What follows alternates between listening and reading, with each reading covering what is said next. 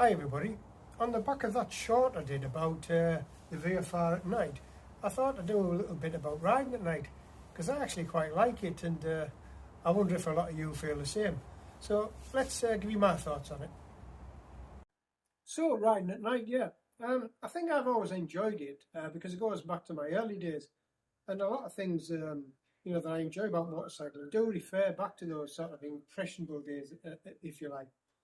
We would often go up to a pub, Blakey Ridge. It's called the Lion Inn. It's on the North York Moors between Castleton and Huntley Hall. It's quite remote. It's about 7 mile either direction to the relevant villages. And when you come out on a night, there's always a lovely ride home, being up there in the moors, especially if it was a moonlit sky. Just something about the stillness, because if it's ever been quite windy, generally at night it dies down a fair bit. But it's usually quite a mild sort of feeling of a night, even if it's a bit chilly. Feels a bit more relaxed, less traffic. The bike always runs better. This cold air things where engines enjoy cool air. Said you. Where engines enjoy cool air, so the bikes always run a lot better. And that was the time I got my love of nice dashboards. There was nothing like a lovely dashboard on a bike when you're at night, just to give you that comforting sort of feeling. It's often I ride with my sat nav, just to give that extra sort of, warm feeling you get from it, I feel. But obviously, if you're riding at night from, say, commuting, if you've been to work and you're coming home and it's dark, wintry night, not really enjoying that sort of night riding, mainly talking about your spring, summer and your late autumn when you're coming back from, say, a bike meet and it's got dark. And I just find it enjoyable. To me, it's quite a relaxing feel. If you're on moorland roads of a night, which the ones I mainly enjoy because your visibility is much better, you get the benefit of the moon sometimes to help you see your way.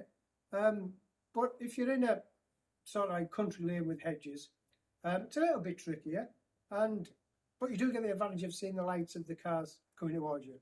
So if there is traffic coming towards you, whether it be a bus, a tractor, a lorry, whatever, at least you get a warning because you can see those lights. Although if you wear glasses, I'm told, night riding just isn't that enjoyable. When it comes to the VFR and the headlight with regard to night riding, I don't find it particularly good or bad. It's probably up there with most of the bikes that I've ridden over the past 20, 30 years.